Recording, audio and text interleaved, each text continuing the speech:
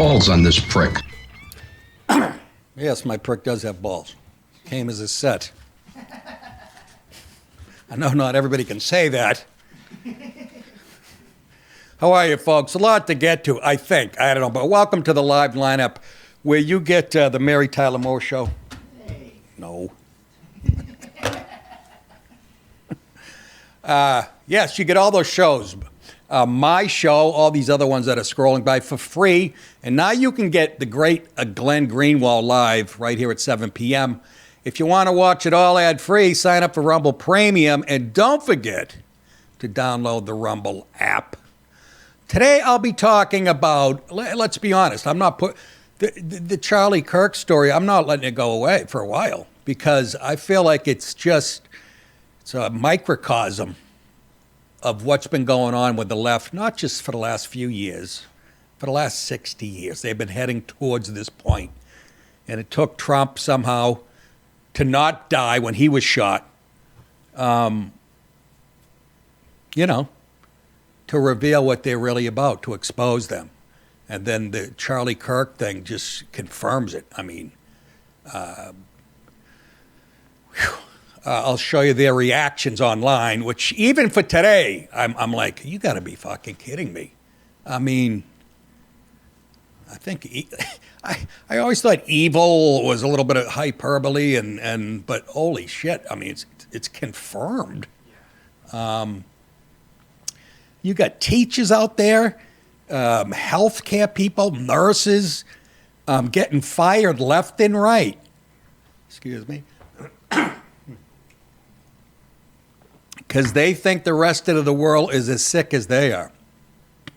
And they don't talk to anybody else that thinks differently. They never have. It would only take one for them to realize that would be stupid to say. So it's real fun watching them get the axe. Now where are you going to go for a job? I mean, that's online. You know what I mean? Might as well be online torturing a baby. For the most part. I'm sure there's some jerk-off CEO far left wing will be glad to have you, but you guys are toast as a party, as human beings. You're fucking toast. It's fun watching you dig the big hole. Also, we'll touch on college football.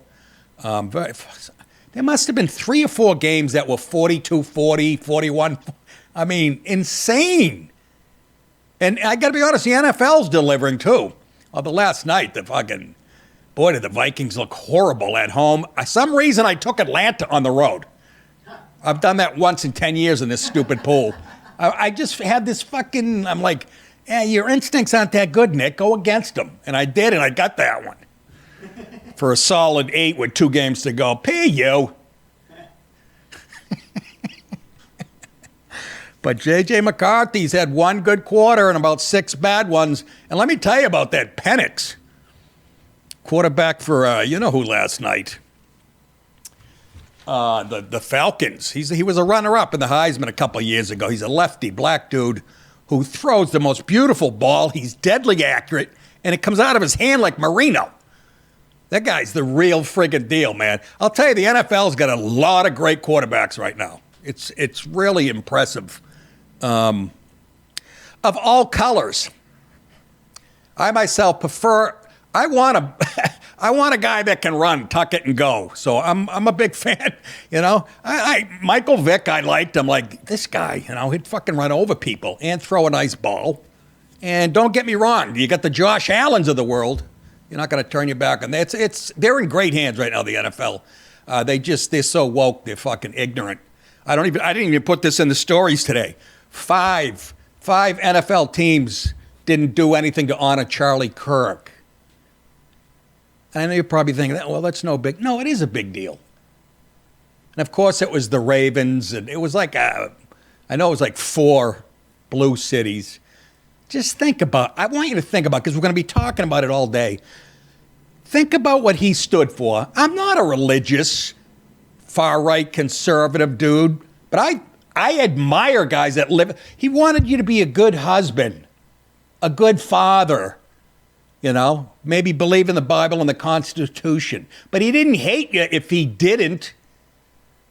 And he started that when he was like 17, Turning Point. Look what he created. And he's controversial in our society. The left's going, that's hatred. Just think about that. And I still remember this day when I was on Tough Crowd. I said, what is this new thing? Oh, you're a hater. That was the phrase in the early 2000s. I go, you disagree with me, so I'm a hater? And I had no idea that was going to take root like it has. And people are just so, if you hear that, just walk away from them. The fucking ignorance is astounding. I guess J.D. Vance, vice president, is going to host Charlie's show today. So, which no better guy to pick up, I don't think he's going to be the regular. I don't know how they're going to. His wife gave it a speech that will bring you to tears, man. She did. I mean, she was strong emotionally. And I said to my wife while I was watching it, I go, someone with that faith, that type of faith, she'll get over this quicker than most people. And I don't mean forget what happened.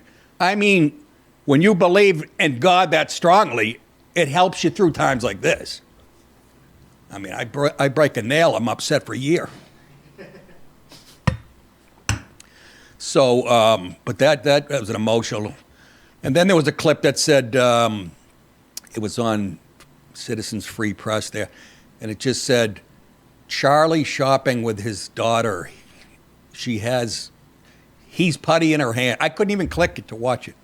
I couldn't click to watch it. I don't get emotional about much, but this one, man, I wake up thinking about it. I go to sleep thinking about it. And I'm not, like I said, I wish I could live 1/8 the life he did as far as being a good guy, but I chose comedy.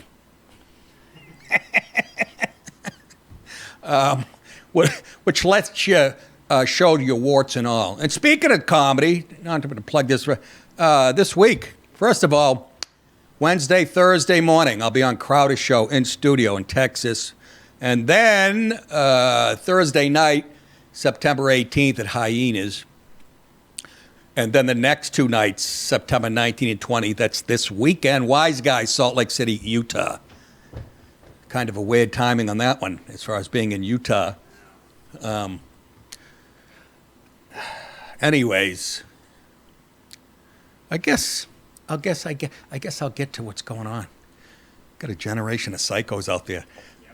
I think the most interesting clip I have is Alex Jones, and he got the story from Andy No, the conservative Asian guy. He's always getting shit thrown at him and beat up. He exposed some kind of trans ring that might be involved in this. I don't know how these guys get this stuff. I'm glad I tell jokes on a weekend. I couldn't keep my mouth shut if I had a source. No laughing matter, bitch. That was the first headline today. The day after Charlie Kirk was killed, an acquaintance of Tyler Robinson's, boy, does he look like comedian friend of mine, Kevin Brennan's younger brother, who was like the co-producer of the Chappelle Show, Neil Brennan. That's why that might mean nothing to you, but it reminds me of, he could be a Brennan brother. I can hear Kevin watching this go, fuck Dad. He's fucking Kevin crazy.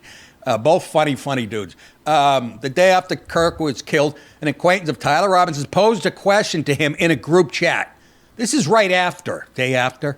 FBI had just released 2 grainy surveillance images of a skinny young man in a cap and sunglasses walking in a stairwell on the Utah Valley University campus, and he had asked for the public's help in identifying the suspect. Tagging Mr. Robinson's username on Discord, a messaging platform, the acquaintance attached the images and wrote, WYA, where you at? With a skull emoji, suggesting that Mr. Robinson looked like the man being sought. Boy, his instincts were way too right on. Mr. Robinson replied within a minute, and he said, his doppelganger, he wrote, was trying to get me in trouble. Yuck, yuck, yuck. Yuck, yuck, yuck. Fucking empty inside. And then another one wrote, Tyler killed Charlie. Another user wrote, being funny. At this point, they don't know And that was on Thursday afternoon around 1 p.m. local time. It was not until later that night, nearly 34 hours after the shooting, that Mr. Robinson was arrested. And let's give the FBI some credit here under Kash Patel. You know, people like, well, he's fucking, what? 34 hours and you got him? We are so conditioned after watching, well, I don't watch the garbage. I haven't my whole life, but people watch Law and Order and, you know, a lot of other, where everything's in an hour is wrapped up in a tight bow, or, you know, The Wire or any of these shows. That's just how we do it. But when it comes to crime and legal shit, that's how we think it works in real life, which is fucking insane. 34 hours is something to be proud of to get this scumbag. Anyways, Robinson was arrested on suspicion of carrying out the assassination of Mr. Kirk, a conservative pundit. He wasn't even, well, yeah, I guess you could call him that. But when I think of a pundit, I think of somebody that's on every, you know, they go on Bill Maher, they go on the Sunday morning shows, or whatever.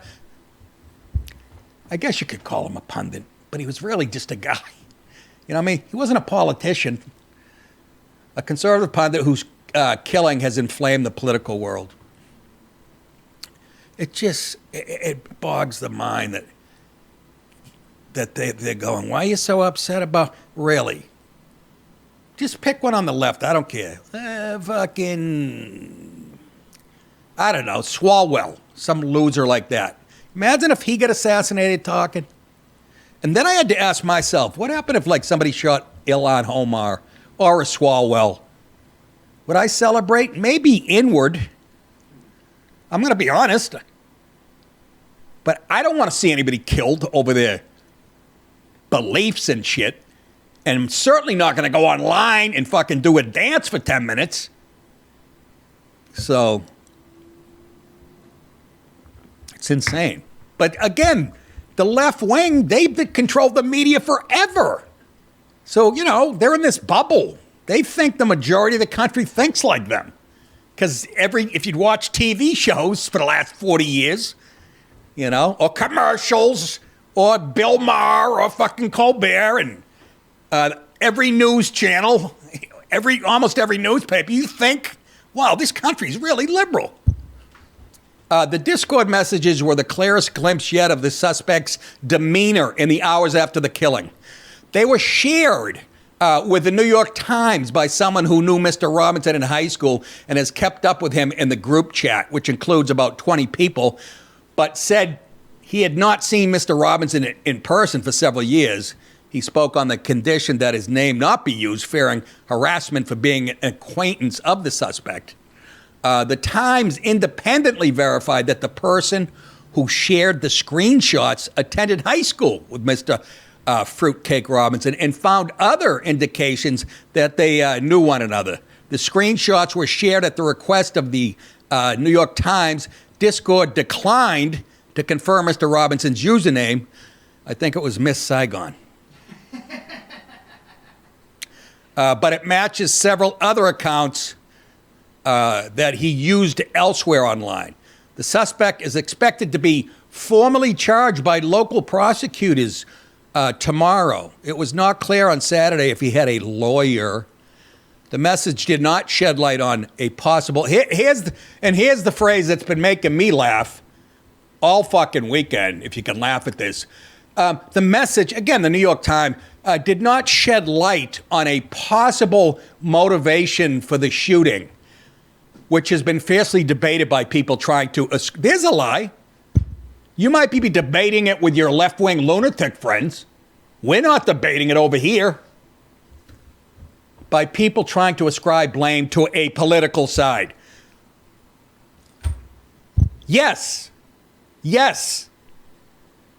Too long. Too fucking long have we heard this. Both sides do it. Both sides do it. Both sides do it. And I would always say, okay, let's say both sides do it. But for one, every crazy right-winger, there's 150 left-wingers. And let's look at the last, I don't know, how many years. Anybody who went against the Dems was smoked. Even fucking JFK Jr.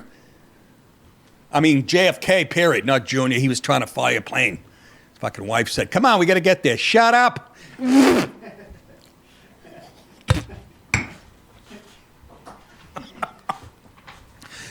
Typical. Let's go. What a bunch of shit. Ascribe to. They will not. And you know who says that? And I've said this before. It's always the side who's guilty. Going, well, we both do it. Really? Trump shot in the face and then threatened again, almost killed twice. Right? Scalise gets shot, what, like 9 times? Or whatever the fuck. On a baseball field. I can go on and on. I can't even. I'm getting to him. Well, Floyd. Huh? George Floyd riot. The riots, yeah. That's how you guys handle it. George Floyd. I was going to get to that when I talk about the NFL. Did I put anything in there about the NFL? Huh. The NFL, like I said, they left it up. I didn't say the shit, but Roger Goodell, the ballless Roger Goodell, left it up to each team, city, on whether to have a moment of silence or whatever. How ballless is that? Just think about that. But when George Floyd, thug, a guy who literally sold drugs, put a gun to a pregnant woman's stomach, when he died, and we don't even know that the cop caused it, that was a no-brainer for them.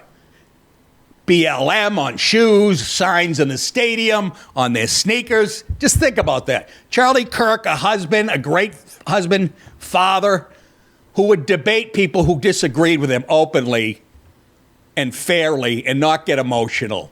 He's the problem, not the George Floyds of the world. You fucking people on the left, I don't even know what to say anymore.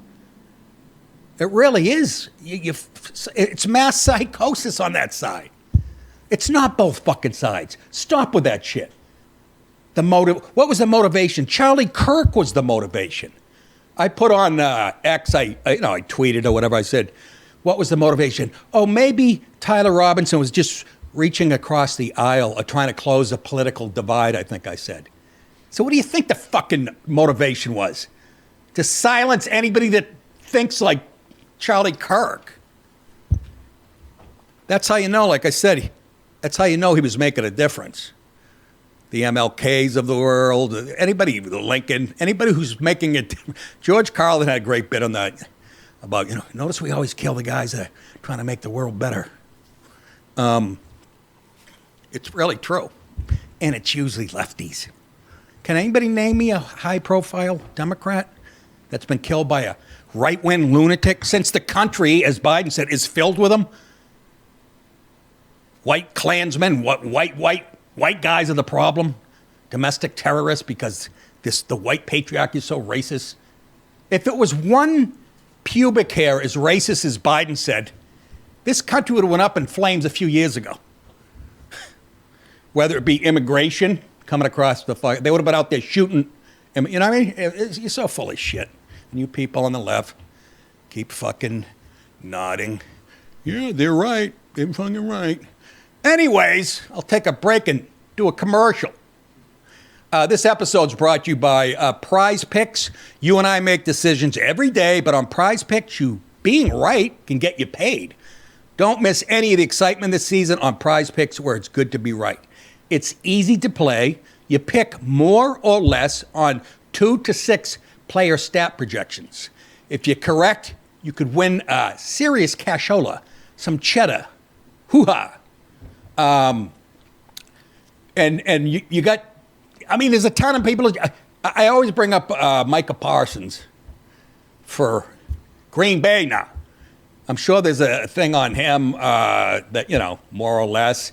Or even Aaron Rodgers, with the Steelers. Or there's still some out there that it would be very easy to make good dough on. I can't even think of them all right now. But you cash, and here's the easy thing, right? You can cash out on Venmo, Apple Pay, MasterCard, and more. So getting your money is quick and easy. Download the app today and use code NICKDIP to get $50 in lineups after you play your first $5 lineup. It's going to it makes the games even more interesting for you. That's code NICKDIP to get $50 in lineups after you play your first $5 lineup. Prize Picks, it's good to be right. Thanks for sponsoring the show. That's it, folks. If you want to watch the whole show live and free, go to Rumble and sign up for free. And while you're at it, go to nickdip.com for tour dates and merch. We'll see you guys next time. Hi. Good night, everybody.